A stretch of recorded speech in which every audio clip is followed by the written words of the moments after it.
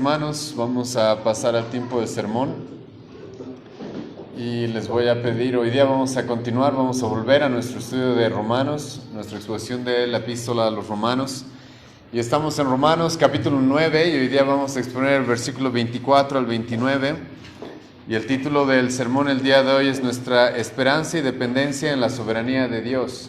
Nuestra esperanza y dependencia en la soberanía de Dios. Como la mayoría saben, estamos tocando este tema acerca de la soberanía de Dios en la salvación y hoy día vamos a continuar, que es uno de los temas que en los que Pablo se involucra en casi la totalidad en este capítulo 9 de Romanos.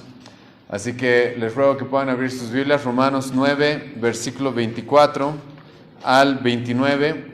Pero antes de comenzar, como tenemos acostumbrado, les ruego que me acompañen a hacer una oración para que el Señor nos guíe en todo, ¿sí? Te agradecemos, Señor, esta mañana por este tiempo que nos das como iglesia para aprender tu palabra, para conocerte más. Te agradezco, Dios, por tu misericordia, por tu bondad. Te agradezco, Dios, porque tú nos guías a conocerte más y tú nos das esta oportunidad de poder exponer tu palabra y poder edificar a tu pueblo, y te ruego que eso es lo que suceda en este día. Ayúdanos a entender, Señor, cuánto dependemos de ti. Ayúdanos a entender, Dios mío, cuánta gracia hemos recibido aquellos que te hemos conocido y que en ti tenemos esperanza, Dios. En el nombre de Jesús oramos. Amén. Vamos a leer Romanos 9, versículo 24 al 29. Desde el 23 vamos a leer, ¿sí? Desde el 23 hasta el 29. Y para hacer notorias las riquezas de su gloria, las mostró para con los vasos de misericordia que Él preparó de antemano para gloria, a los cuales también ha llamado. Estos a nosotros, no solo de los judíos, sino también de los gentiles. Como también en Oseas dice: llamaré pueblo mío al que no era pueblo, y a la no amada, amada. Y en lugar donde se les dijo: vosotros no sois pueblo mío, allí serán llamados hijos del Dios viviente. También Isaías clama tocante a Israel: si fuera el número de los hijos de Israel como la arena del mar, tan solo el remanente será salvo. Porque el Señor ejecutará su sentencia sobre la tierra en justicia y con prontitud. Y como antes dijo Isaías: si el Señor de los ejércitos no nos hubiera dejado descendencia, como Sodoma habríamos venido a ser, y como Gomorra seríamos semejantes. Bueno, hermanos, estamos en la sección, como ya les he dicho, acerca de la soberanía de Dios en la salvación. Hemos visto acerca de que Dios está en absoluto control de todo, pero desde la última exposición hemos visto de cierta manera el lado, no quiero utilizar la palabra negativo, pero hemos hablado acerca de que Dios está en control de aquellos que también se pierden. Hemos hablado de que Dios está en absoluto control y de que Él puede elegir y reprobar al que Él quiera. Ahora, ¿a qué nos referimos con elegir y reprobar al que Él quiera? Nos referimos a de que Él puede elegir para salvación al que Él quiera, como también puede Él abandonar al que Él quiera para su condenación. Dios está en absoluto control y tiene completa potestad sobre la salvación o la condenación de los hombres. Dios está en absoluto control y tiene absoluta potestad sobre esto. Y una de las preguntas que hoy día vamos a responder, hermanos, es: ¿por qué tú y yo, si realmente has entendido el Evangelio, si realmente has entendido quién es Cristo y qué es lo que Él ha hecho por ti, por qué es que tú realmente eres cristiano? ¿Qué es lo que ha hecho que tú verdaderamente entiendas este mensaje? ¿Por qué hemos puesto nuestra fe en Cristo? ¿Por qué es que nos hemos arrepentido? ¿Por qué es que hemos creído? ¿Por qué es que hemos recibido un mensaje que para tanta gente es locura, que para tanta gente es necedad, pero nosotros lo hemos recibido con un corazón, hemos abierto nuestro corazón y lo hemos recibido y hemos entendido cuánto necesitábamos a nuestro Salvador, a Cristo? No sé si alguna vez se pusieron a pensar en esto. Algunas veces cuando hablamos del Evangelio y cuando hablamos de los cristianos, la realidad es de que para nosotros como cristianos hay una persona en la historia de la humanidad llamada Jesucristo, el cual era un carpintero de Belén, de Judea, hace 2000 años. Imagínate la relación que ahora sentimos con Él. ¿Por qué pasaría eso cuando tanta gente para el día de hoy le llama locura nuestro mensaje, cuando tanta gente el día de hoy rechaza nuestro mensaje? Pero por algún motivo hay una gran cantidad de personas en el mundo los cuales reciben ese mensaje, los cuales creen en aquel carpintero que hace 2000 años vino a morir por nosotros. ¿Por qué será que lo sentimos tan cercano? ¿Por qué será que lo llamamos Señor y Salvador? La respuesta que encontramos en la Biblia es que la causa de esta salvación, hermano, es la soberanía de Dios. Tú no estarías aquí hoy día si no fuera gracias a Él. Tú jamás hubieras abierto tus oídos, abierto tu corazón a Cristo si no fuera porque Él quiso que así sea. Y hermanos, hay un motivo por el cual nosotros le llamamos a estas doctrinas las doctrinas de la gracia. ¿Por qué? Porque realmente nos van a mostrar cuánta gracia Dios nos ha mostrado. Es el Dios que nos hemos encontrado en el capítulo 9 de Romanos, y Pablo nos lo ha mostrado de manera clara y abierta y explícita. Es un Dios que elige a quién mostrarle su misericordia. Es un Dios que elige a quién no mostrarle su misericordia. ¿Se acuerdan lo que hemos visto en el versículo 16? Así que no depende del que quiere ni del que corre, sino de Dios que tiene misericordia. ¿Se acuerdan del versículo 18? De manera que de quien quiere tiene misericordia, y al que quiere endurecer, ¿qué dice? Endurece. Al que quiere endurecer, endurece. Entonces, Dios estando en absoluto control, en absoluto dominio de aquellos que se salvan, de aquellos que se pierden, por algún motivo Dios ha decidido salvarnos a nosotros. Dios ha decidido en algún momento de tu historia, de tu vida, a través del Evangelio llamarte, abrirte el corazón, darte una nueva vida. Y esto es, como ya lo he repetido varias veces, es solamente gracias a Él. Y es por eso que le llamamos estas doctrinas de la gracia, porque nos hacen notar de que la salvación es 100% un regalo de Dios. No es 90% 10%, no es ni siquiera como algunos intentan presentarlo, 99% y 1% el hombre. No, es 100% Dios. Y hermano, recordarás de que en la epístola a los Romanos, si algo en lo que nos hemos pasado viendo es acerca del Evangelio, y seguimos viendo cosas que tienen relación con el Evangelio. Pablo nos ha mostrado cuánto necesitamos a Cristo. Pablo nos ha mostrado cuán pecadores éramos. Pablo nos ha mostrado qué es lo que Cristo ha hecho por nosotros, cómo Él ha muerto en una cruz, ha sufrido la ira del infierno que nosotros merecíamos. Cristo la recibió en aquella cruz hace 2000 años. Pablo nos ha mostrado que como Cristo ya hizo todo por nosotros, entonces la salvación puede ser gratis para nosotros, porque alguien ya cumplió absolutamente todo lo que nosotros deberíamos hacer para estar a cuentas con Dios. Pero como dije, ahora la pregunta es, ¿por qué nosotros hemos creído este mensaje? ¿Por qué es que nosotros no nos mantenemos incrédulos como los judíos de la época de Pablo? Y estamos en cierta manera en ese contexto en el capítulo 9 de Romanos. ¿Se acuerdan? Pablo comenzó el capítulo 9 de Romanos, versículo 1 hasta el 4, hablando acerca del pueblo judío de su época, el cual había rechazado a Cristo. Y la idea de Pablo en el capítulo 9 es esta.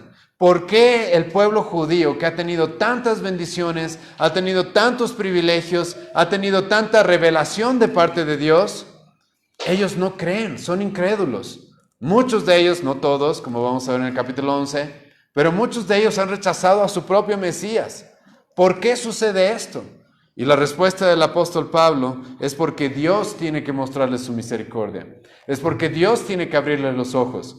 Es porque Dios tiene que darles un nuevo corazón para que entiendan este mensaje. Porque el hombre por naturaleza está ciego. El hombre por naturaleza está muerto. Ahora, hermanos, yo sé que en nuestra época es algo controversial estas doctrinas, pero la realidad es de que no eran controversiales en la época de los apóstoles. Los apóstoles entendían esto. Este es uno de los motivos, hermano, por los cuales los apóstoles dijeron que tenían que dedicarse a predicar, pero aparte también ¿a qué? A orar. ¿Por qué? ¿Por qué tenían tanto énfasis en esto de tenemos que dedicarnos a orar junto con la predicación? Los apóstoles sabían, porque si alguien se va a salvar es porque Dios obre. No porque yo obre, no por algo que el hombre pueda hacer, sino porque Dios obre. Los apóstoles sabían eso.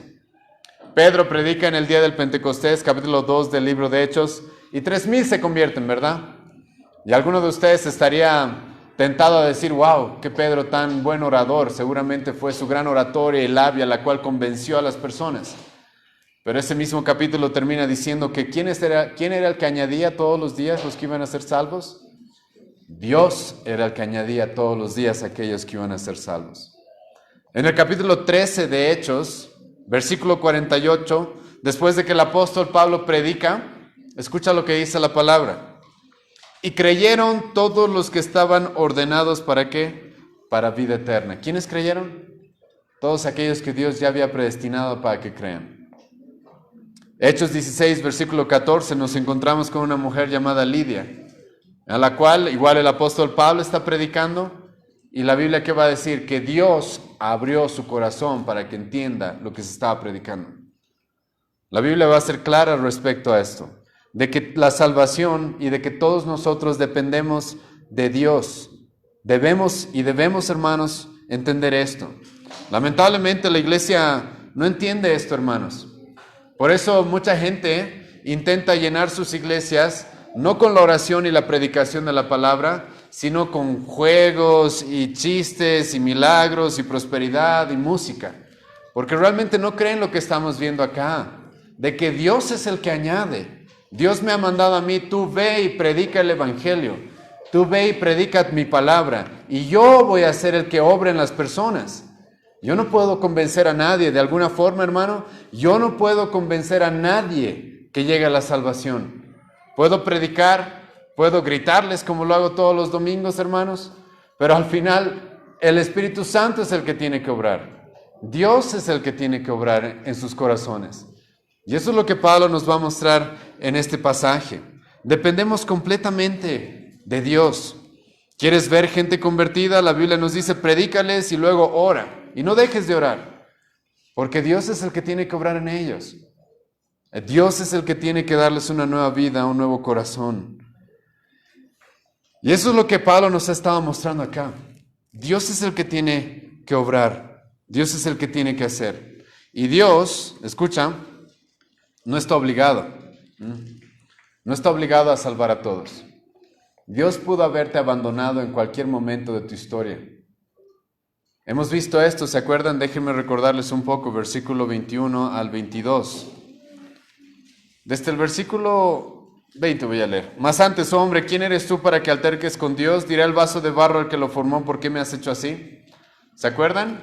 Pablo, después de que nos dijo una verdad sumamente dura quizás para el hombre, porque al hombre le gusta pensar que está en control, al hombre le gusta pensar que es independiente, que es autónomo, que por su propia cuenta puede. Pablo nos dijo, no. Dios es el que tiene misericordia del que Él quiera, y Dios endurece al que Él quiera endurecer. Todos dependemos de Dios, Pablo nos dijo. Y entonces luego Pablo sabe de que hay personas que se van a levantar en contra de esta doctrina, que van a intentar altercar contra Dios, ¿sí? Y le van a decir por qué, y qué es lo que Pablo nos dijo. Tú no tienes derecho a discutirle nada a Dios. Eso es lo que Pablo nos dijo. Tú eres criatura, eres un vaso en sus manos, eres un vaso de barro en sus manos. Y como el alfarero, Pablo nos dijo, Él tiene derecho de hacer lo que Él quiera con todos nosotros. Él tiene derecho de hacer lo que Él quiera con todos nosotros. Si Él abandona a alguien y esa persona termina condenada, Dios tenía derecho a hacer eso. Él no está obligado a salvar a nadie. Es por eso que cuando entendemos estas doctrinas, entendemos cuán precioso y cuán privilegiados hemos sido al ser personas en las cuales Dios ha obrado. Y ahora, hermanos, como ya dije, esto no es nuevo en el Nuevo Testamento. Los apóstoles una vez le fueron y le preguntaron a Jesucristo, ¿quién podrá ser salvo? ¿Y qué dijo Cristo? Lucas capítulo 18. Dijo, lo que para el hombre es que es imposible. El hombre no se puede salvar a sí mismo. Pero para lo que el hombre es imposible, para Dios todo es posible. Y es eso en cierta manera lo que Pablo nos va a mostrar el día de hoy. De que si alguno de nosotros ha llegado al Evangelio, es completamente gracias a nuestro Señor, a Dios. Es completamente gracias a su soberanía y a su poder. El hombre por su propia cuenta es imposible que llegue a Dios. La Biblia nos dice de que tenemos un corazón de piedra. La Biblia nos dice de que nuestro corazón es engañoso y perverso. La Biblia nos dice, Efesios capítulo 2, versículo 1, de que estamos muertos en delitos y pecados. La Biblia nos dice que incluso la gente religiosa, aunque parezca muy religiosa, su corazón está lejos de Dios. ¿Quién es el que tiene que obrar? Dios tiene que obrar. Porque nosotros no podemos. Jeremías capítulo 13, versículo 23, el profeta Jeremías dijo de que es tan imposible que tú te salves a ti mismo, así como que un etíope cambie el color de su piel y un leopardo se quite sus manchas. Pero la buena noticia, y eso es lo que Pablo hoy día nos va a presentar, es de que gracias a Dios nosotros estamos acá. Y escucha lo que Pablo ya nos dijo, versículos 21 y 22. ¿O no tiene potestad el alfarero sobre el barro para hacer de la misma masa un barro para honra y otro para deshonra? Entonces Pablo nos dice, ¿acaso Dios no tiene la potestad de una misma masa, de toda esta humanidad, ¿sí? Tener vasos que sean para condenación y vasos para salvación? ¿Dios no tiene el derecho de hacer lo que Él quiera con esta humanidad? Y lo que Pablo nos ha presentado en el versículo 22 es lo que nosotros llamamos en teología los que han sido reprobados. Versículo 22. ¿Y qué si Dios? Y escucha escucha la actitud con la que el apóstol Pablo está acá hablando, ¿sí?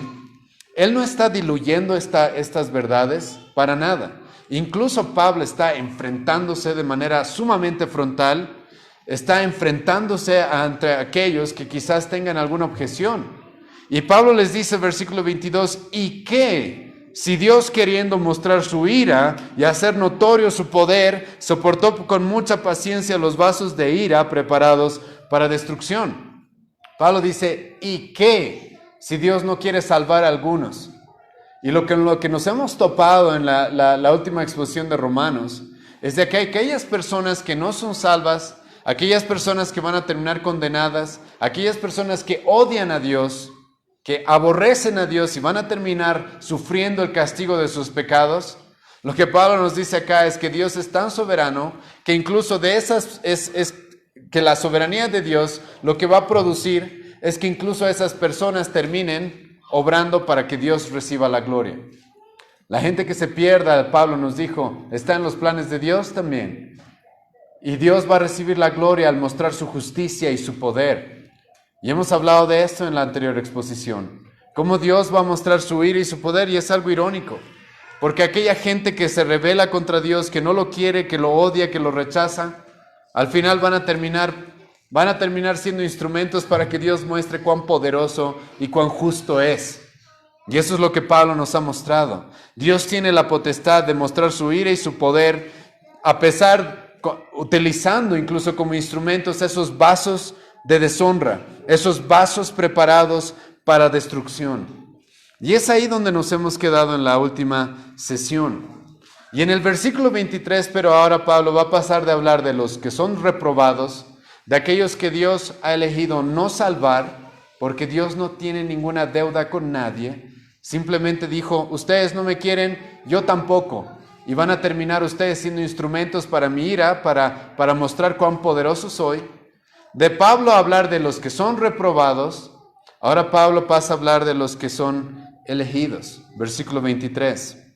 Y para hacer notorias las riquezas de su gloria, las mostró para con los vasos de misericordia que él preparó de antemano para gloria. Ahora, quieran o no, hermanos, una vez más nos topamos en este versículo con la doctrina de la predestinación. Estos vasos han sido preparados, ¿cuándo, dice Pablo? De antemano. Ahora, esto ya no debería ser ninguna sorpresa para nosotros si hemos estado en todas las exposiciones que hemos estado haciendo de Romanos 8, Romanos 9. Hemos tocado pasajes como Efesios capítulo 1, donde dice de que Dios ha elegido antes de la fundación del mundo a aquellos que iba a salvar. Dios había predestinado. Hemos visto ese tipo de pasajes también, como hoy día hemos leído 2 Timoteo capítulo 1. Así también Pablo le va a decir a Tito. Esta es una doctrina que se ve en toda la Biblia. Es imposible de negar. Y entonces Pablo nos dice, ¿y qué? Si en este mundo Dios ha decidido dejar a algunos para que se condenen, y a nosotros, dice Pablo, esto no es una suposición, esto no es un ejemplo o una ilustración, esto no es una metáfora. Pablo dice, esto es lo que nos ha sucedido a nosotros. Nosotros los cristianos, ¿qué es lo que ha pasado? ¿Por qué es que somos cristianos? Porque Dios ha querido mostrar en nosotros que, ¿cuán buenos somos? ¿Cuántas obras buenas tenemos? ¿Cuántos logros tenemos? Escucha lo que Dios quiso hacer con nosotros los cristianos. Versículo 23. Para hacer notorias las riquezas de su gloria. La salvación del cristiano, el motivo por el cual Dios nos ha creado y nos ha elegido, es por para hacer notorias las riquezas de su gloria. Ahora, ¿cómo es que Dios hace notorias las riquezas de su gloria? Hemos hablado ya de esto en sesiones pasadas. Es a través del Evangelio. Es a través de lo que Cristo hizo en aquella cruz. Los incrédulos, hermanos, van a terminar mostrando cuán grande es Dios igual, cuán glorioso es el momento en el que Dios les muestre su ira y su poder y su justicia. Y hermanos, en los cristianos Dios muestra su gloria ¿cómo? Al mostrar cuán grande ha sido el sacrificio de su Hijo para salvarnos, de que no hay cantidad de pecados que su Hijo no haya pagado, de que tan grande ha sido su amor de que ha estado dispuesto a sacrificar a su único Hijo para salvar a un pueblo. Y Pablo les recuerda a los cristianos de Roma, si nosotros hemos sido salvos, esto es porque Dios ya nos había preparado de antemano para esto, y con este objetivo mostrar que su gloria, no para tu gloria, no para la mía, no para que yo reciba la honra, no para que tú recibas la honra, sino para que Él sea glorificado. Y hermanos, de eso se trata la salvación, que Dios sea glorificado. Ahora, solamente entre paréntesis quiero hacerles notar algo. A veces cuando hablamos de la salvación somos antropocéntricos. ¿A qué me refiero con antropocéntricos? Me refiero de que parece que para muchos la salvación, todo gira alrededor del hombre, ¿sí? El fin último de la salvación, ¿cuál es? Que ustedes no lleguen al infierno. No ese es el fin último de la salvación. El fin último de la salvación, Pablo nos dice acá, es que Dios sea glorificado. Es de que Él reciba toda la honra. Y la única forma de que esto suceda, escucha bien esto, es de que la salvación no dependa de ni una sola de nuestras obras. No dependa de ninguna de nuestras obras, sino solamente de la misericordia y de la soberanía de Dios. Y entonces de esa manera, ¿quién es el que se lleva toda la gloria? Dios se lleva toda la gloria.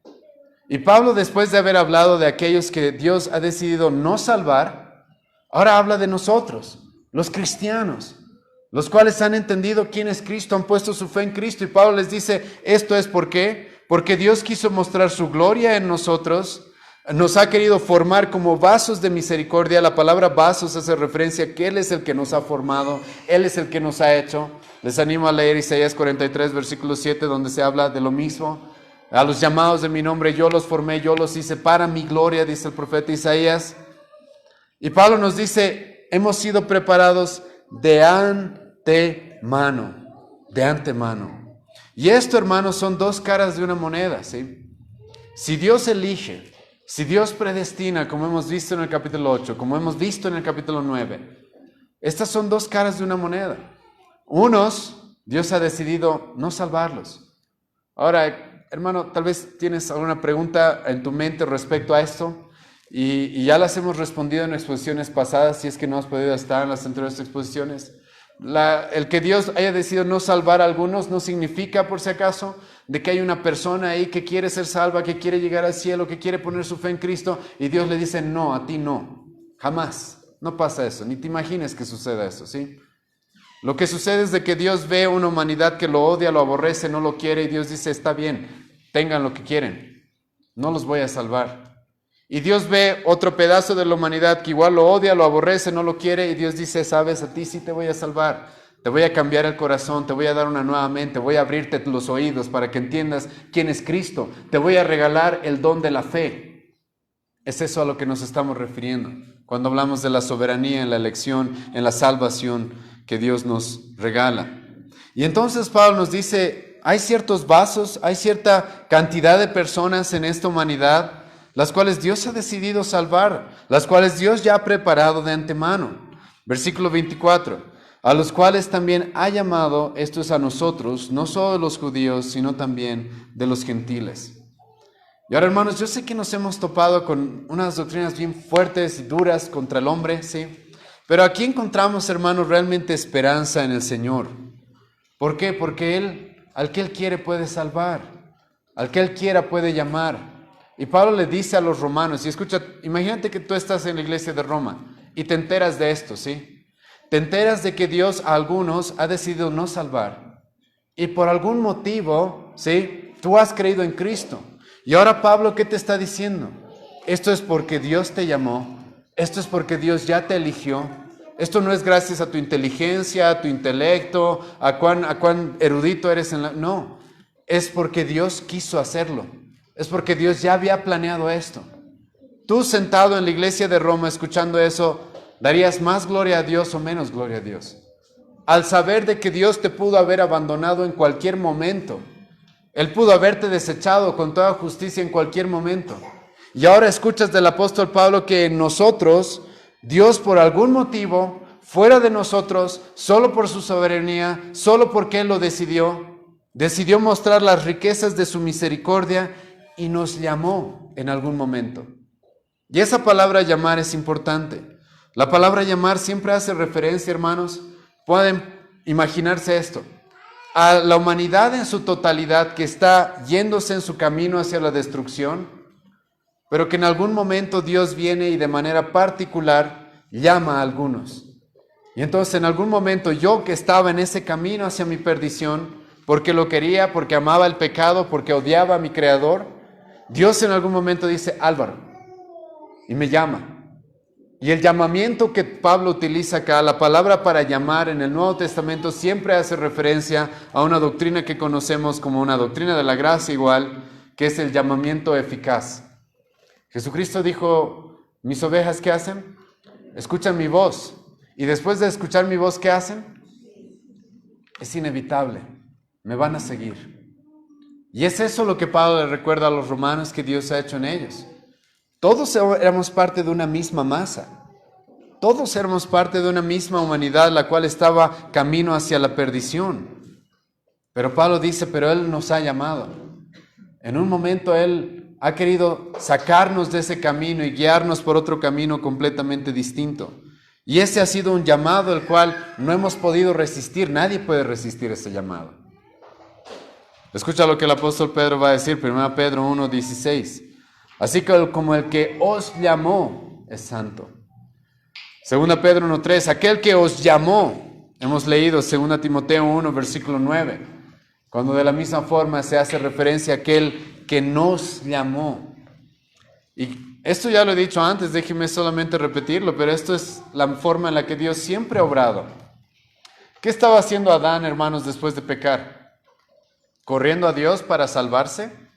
¿Para que Dios lo salve y cubra su pecado? No. ¿Qué estaba haciendo Adán? Ocultándose, escapándose de Dios, intentando salvarse por sus propias obras, intentando socapar, cubrir su pecado. ¿Quién es el que tuvo que ir a su rescate? ¿Quién es el que tuvo que acercarse a él y llamarlo?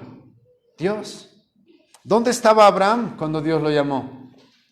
¿Estaba ahí en una sinagoga judía estudiando?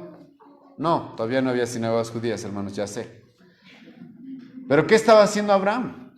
La Biblia nos dice de que estaba adorando a los dioses falsos. Estaba adorando a la luna. Era un pagano, era un idólatra. ¿Y quién fue en su rescate? Dios. Abraham era de Ur de los Caldeos.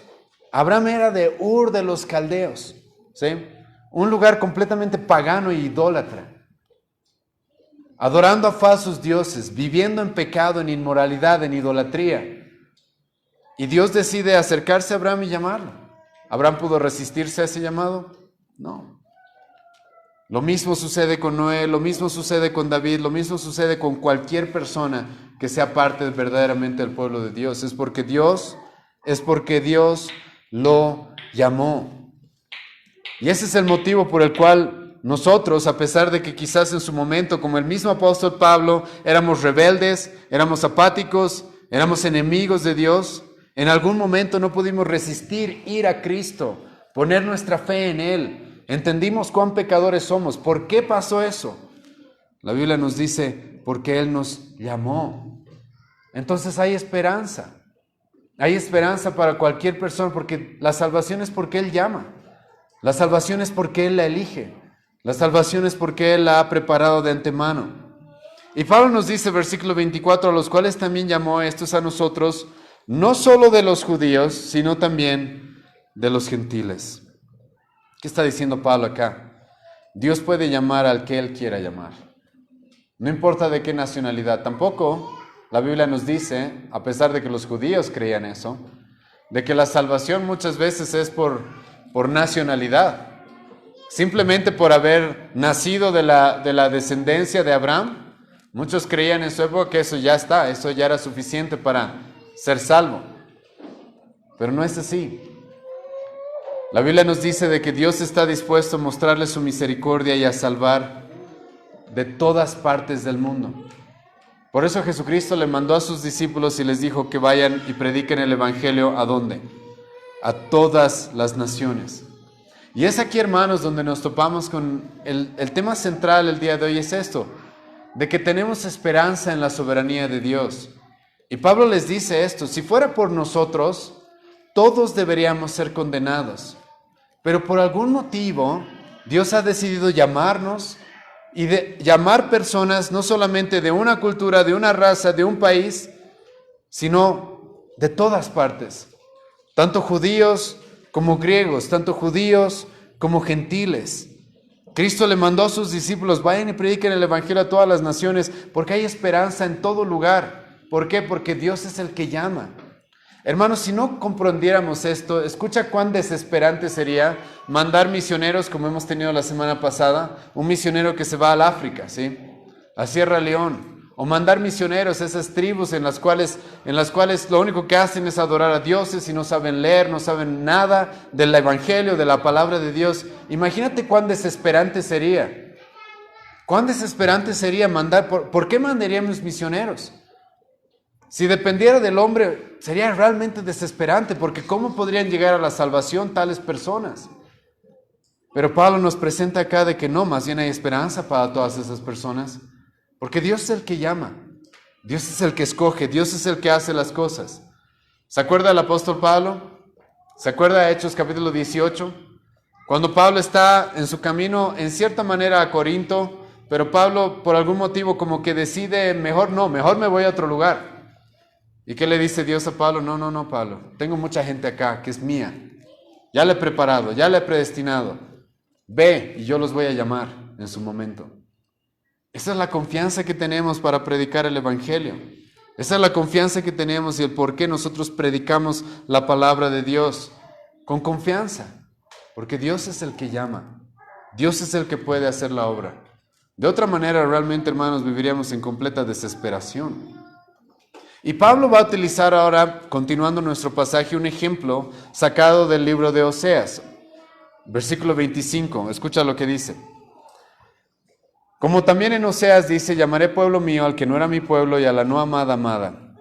Y en el lugar donde se les dijo: vosotros no sois pueblo mío, allí serán llamados hijos del Dios viviente. Pablo aquí está lidiando con 2 capítulos específicamente del libro de Oseas. Hemos leído uno ahora antes de comenzar, Oseas 1. Pero también Pablo cita a Oseas capítulo 2, versículo 23. Pablo específicamente está citando Oseas 1, versículo 10 y Oseas 2, versículo 23. Y déjenme recordarles un poco de la historia de Oseas, a pesar de que quizás muchos ya la conocen. Oseas era un profeta para el pueblo de Israel. El reino se había dividido. Había el reino del norte conocido como Israel y el reino del sur conocido como Judá.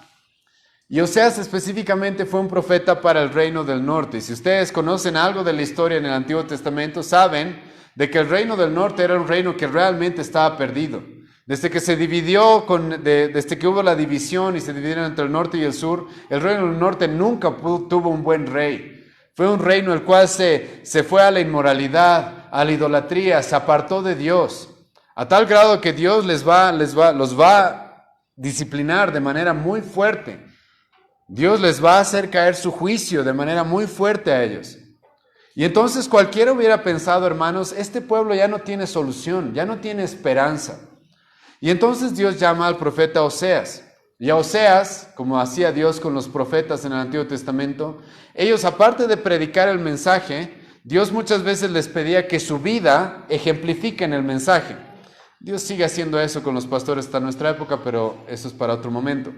Pero en el Antiguo Testamento, Dios le dice a Oseas: Oseas, ¿sabes? Tengo un mensaje para que le des al pueblo de Israel, al reino del norte, pero Oseas, yo quiero que hagas esto. Ve y cásate con una mujer inmoral. Cásate con una mujer adúltera. Ahora yo sé, hermanos, que hay debate respecto a de que si Gomer era una prostituta o una mujer adúltera antes de casarse o después de casarse, o tal vez mientras estaba casada recién cayó en esos pecados. Yo sé que existe ese debate, hermanos. Personalmente yo creo que Gomer ya era una mujer de mala reputación antes de casarse con Oseas.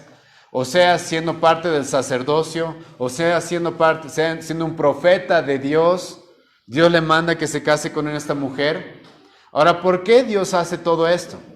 Resulta que Oseas va, se casa con esa mujer, probablemente la saca, y es muy parecido a lo que Dios hizo con el pueblo de Israel, que estaban, ¿se acuerdan? Esclavizados en Egipto. Así, Oseas también a esa mujer esclavizada por el pecado, por la inmoralidad. Oseas en cierta manera la salva, la rescata, le da un nuevo estatus, la hace su esposa. Casarse con un sacerdote, te puedo asegurar de que cambiaba el estatus de esa mujer completamente. Le da una casa, un hogar, la guía a la verdadera religión. Pero ¿qué es lo que pasa? Esa mujer lo va a traicionar. ¿Sí? Y de eso se trata la historia de Oseas. Cómo esa mujer lo traiciona a Oseas. ¿Y Dios qué le va a decir a Oseas? A pesar de que esa mujer es tan mala, a pesar de que esa mujer es una adúltera, tú ve y perdónala una vez más. ¿Por qué? Porque eso es lo que yo hago, dice Dios. Este pueblo adúltero, este pueblo inmoral, este pueblo que me deja, que me abandona, que me engaña con los ídolos, que prefiere el pecado antes que a mí, yo una y otra vez voy y los busco y les muestro misericordia. Y en la historia de Oseas nos encontramos con que Oseas tiene dos hijos que son importantes. Una hija que se llamó Lo-Ruama. ¿Qué significa Lo-Ruama? Significa la que no es compadecida. La que por naturaleza, escucha, no merece ninguna compasión. No merece misericordia. Merece ser destruida. Luego Oseas tiene un hijo, el cual se llama Lo-Ami, el cual significa un pueblo que no es mío. Un pueblo que no es mío, que por naturaleza no me pertenece. Hermanos, yo sé que en el Antiguo Testamento se dice de que el pueblo judío es el pueblo escogido de Dios, pero por naturaleza no eran su pueblo. Por naturaleza el pueblo de Israel también se merecía su ira y su condenación, igual que todos nosotros. ¿Se acuerdan lo que Pablo dijo? Se me viene a la mente Efesios 2, versículo 3. Todos éramos por naturaleza hijos de ¿qué dice Pablo? De ira, igual que todos los demás. Y entonces Dios le dice al profeta Oseas, tú tienes estos dos hijos y los vas a llamar así. La no compadecida, la que no merece ninguna compasión, ninguna misericordia. Y al otro lo vas a llamar no pueblo mío. Aquel que no es por naturaleza de mi pueblo, ¿sí? Aquel que no pertenece a mi familia. Y ahora, ¿por qué Dios les pone esos nombres a los hijos de Oseas? Escucha una vez más Romanos 25. Como también en Oseas dice, llamaré al pueblo mío, llamaré pueblo mío al que no era mi pueblo. Hermano, por naturaleza no era su pueblo. Por naturaleza deberían ser condenados. Pero ¿quién es el que dice, yo los voy a hacer mi pueblo? ¿Quién? Dios es el que hace eso. En un pueblo en el que cualquier persona diría, ya no hay más esperanza, aquí se acabó todo. Dios dice, no. Yo al pueblo que no por naturaleza es mío, yo voy a llamarlo mi pueblo. Yo lo voy a hacer mi pueblo. Y a la no amada, la voy a llamar amada. Aquella que se merece mi ira, aquellos que lo único que se merecen es mi condenación, yo los voy a amar igual. Yo los voy a hacer. Yo les voy a mostrar mi misericordia, yo les voy a mostrar mi compasión. Ahora la pregunta en este pasaje es, ¿quién es el que hace? ¿Quién es el que obra para que estas personas se salven? Por naturaleza, como ya he explicado, Lo-Ruama y Lo-Ami son la no compadecida y aquel que no es el pueblo de Dios, por naturaleza. Así nacieron, ese es el nombre que los identifica. Los judíos, acuérdense, utilizaban los nombres para identificar a las personas. Y nos encontramos con estos dos, esta mujer y este hombre, el cual Lo-Ruama es la no compadecida. no se merece compasión, no se merece misericordia. Nos encontramos con Lo-Ammi, el cual no es pueblo de Dios, no es su pueblo. Pero Dios decide ¿qué? Hacerlo su pueblo. Y a la no compadecida decide hacerla su amada. Su amada. Escucha lo que va a decir Pablo ahora en el versículo 25 y 26. Una vez más escucha, como también en Oseas dice, llamaré pueblo mío al que no era mi pueblo, y a la no amada, amada. Y en el lugar donde se les dijo, vosotros no sois pueblo mío, aquí Pablo está citando Oseas 1:10, en el lugar donde se les dijo, vosotros no sois pueblo mío, allí serán llamados hijos del Dios viviente. Dios dice, no se merecen mi amor, aún así los voy a amar. No son mi pueblo, voy a hacerlos mi pueblo. Y hay esperanza. ¿Y por qué hay esperanza? Porque Dios es soberano, hermano. Eso es algo por lo cual realmente dar gracias. ¿Por qué es que hay esperanza para los Ruami y para Lo-Ammi? Porque Dios es soberano. Él puede hacer su pueblo al que no es su pueblo. Él puede mostrarle misericordia a aquel que no se merece misericordia. Él puede amar a aquel que por naturaleza lo único que se merece es la ira, el odio de parte de Dios. Para nosotros, hermanos, muchas veces vemos gente tan rebelde, tan ignorante, tan desviada, y quizás podría llegarnos a parecer imposible que se salven. ¿Saben por qué yo puedo dormir todas las noches con esperanza? Por lo que estamos estudiando en Romanos 9. Porque Dios puede salvar al que Él quiera salvar. Ya hemos hablado en semanas pasadas de que Dios también puede abandonar y condenar al que Él quiera, y lo puede hacer. Pero ahora en este pasaje también nos encontramos con esto, con la otra cara de la moneda, de la soberanía en la salvación, de que Dios puede salvar al que Él quiera salvar. Él puede hacerlo. Es por eso que hay esperanza, versículo 26. Y en el lugar donde se les dijo, vosotros no sois pueblo mío, allí serán llamados hijos del Dios viviente. Ahora, aquí hay un pequeño título que se le pone a Dios, ¿sí? Que es importante. Dios viviente. ¿Por qué se le pone ese título a Dios, sí? Normalmente se le da ese título a Dios cuando se lo compara con los dioses paganos, con los ídolos. Esos ídolos que tienen boca pero no hablan, esos ídolos que tienen ojos pero no pueden ver, esos ídolos que tienen brazos pero no pueden hacer nada, esos ídolos que tienen piernas pero su gente los tiene que llevar a donde ellos quieran, a donde la gente que los adora son los que los tienen que cargar y llevarlos de un lugar a otro. Normalmente se le llama el Dios viviente en comparación a esos falsos dioses, a esos ídolos que el mundo se crea. Esos ídolos, hermanos, que ustedes saben, y vivimos en una sociedad llena de ídolos. Gente adorando a vírgenes, gente adorando a santos, gente adorando a imágenes. Pero que esos ídolos no pueden cambiar su corazón. Esos ídolos no pueden salvarlos. Esos ídolos no pueden darles una nueva vida. Esos ídolos no pueden hacer absolutamente nada en esas personas. Y es exactamente lo que vemos.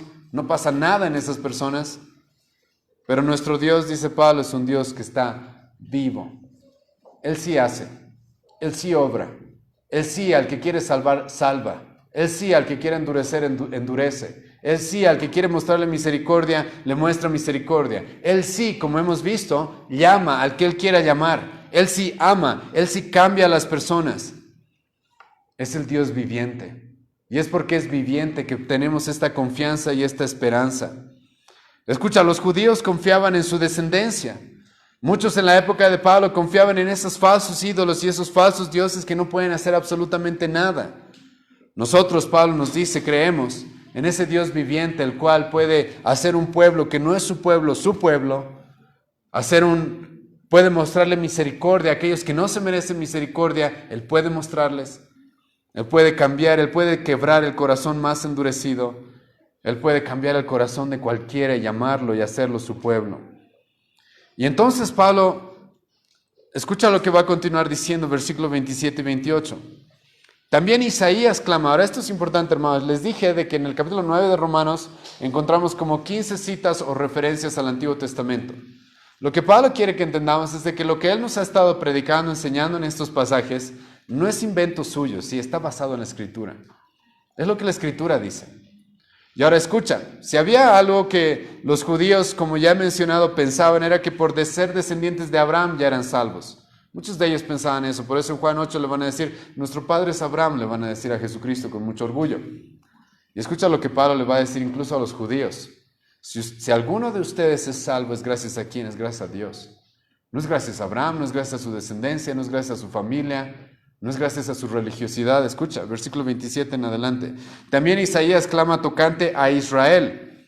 Ahora Pablo aquí le está hablando específicamente al pueblo judío. Si fuera el número de los hijos de Israel como la arena del mar, escucha, tan solo el remanente será salvo. Tan solo el remanente será salvo.